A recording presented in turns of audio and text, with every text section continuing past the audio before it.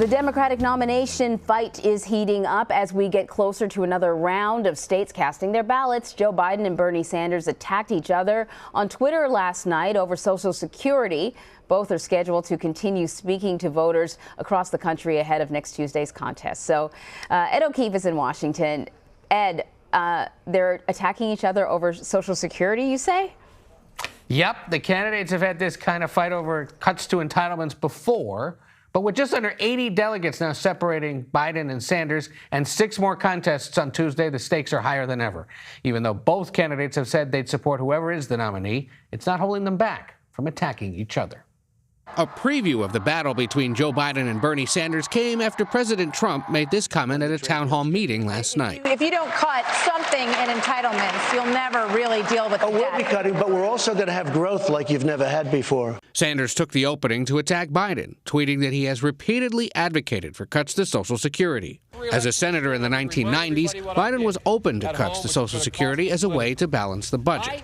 But he now advocates for expanding the program and responded to Sanders saying the only person who would cut Social Security if he's elected is Donald Trump. Maybe you should spend your time attacking him. After Biden's Super Tuesday wins, and as the contest turns to 6 states voting on Tuesday, Sanders is trying to draw sharp contrasts. We have very different records, and the American people should understand the difference. Biden and Sanders are hoping for the endorsement of Senator Elizabeth Warren, who dropped out yesterday. But she says she's not there yet. Let's take a deep breath and spend a little time on that. In a historically large and diverse Democratic field, Warren was the frontrunner for a time last year. But her exit means Democrats are unlikely to once again nominate a woman. One of the hardest parts of this is all those big promises and all those little girls who are going to have to wait 4 more years. That's going to be hard. All right, Ed. So it makes sense for Sanders and Biden to be sort of going after each other right now. The next debate isn't until the 15th, so they have kind of a little over a week to keep sniping at each other. Who does that hurt the most, though? The delay in a debate or the fight over Social Security? The fight over Social Security today and whatever else is coming up for, a week. Sure. They would both like to think that this fight hurts each other because this is something that actually started back when they were battling each other in Iowa. Bernie Sanders brought up the fact that as a senator, Biden was pushing for changes to the funding for Social Security and other entitlement programs as a way to balance the budget. Biden's argument at the time was, you have to do that if we're going to actually balance the budget.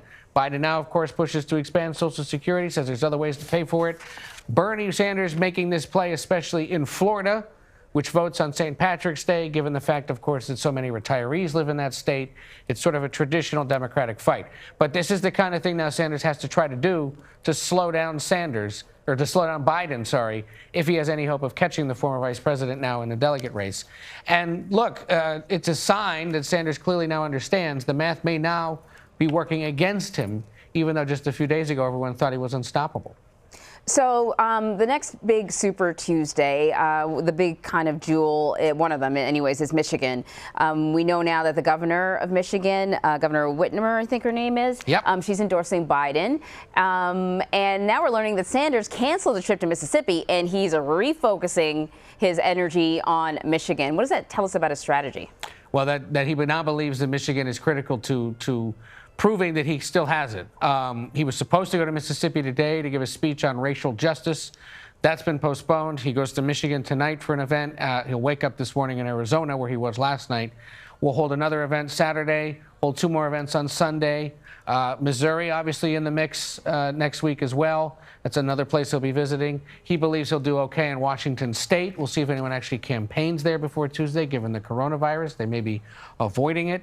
But failure to win Michigan, a state he won 4 years ago, would signal that Sanders is in real trouble, because the following week you have even bigger contests and pools of Democrats that are even less inclined potentially to support Sanders. Places like Arizona, Illinois, Ohio, and Florida. Florida is especially going to be a challenge for Sanders, given what he said about Fidel Castro, given the fact that Biden apparently has a large lead over him there, and that in a binary contest in those bigger states with a more traditional pool of moderate Democrats, it's likely that Sanders could potentially hit a ceiling of about 35%, which is what we've always expected and had seen in these more crowded contests Yeah. that he's unable to get really north of 35% in a crowded field.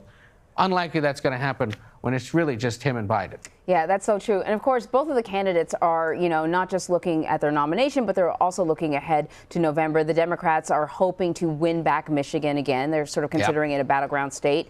It voted for Donald Trump in the 2016 election. So what's the message that the candidates and the Democratic Party that they're trying to get across to voters in Michigan? Biden will make the argument that he can find the 11,000 or so people that they need to win back the state because that's how much they lost by.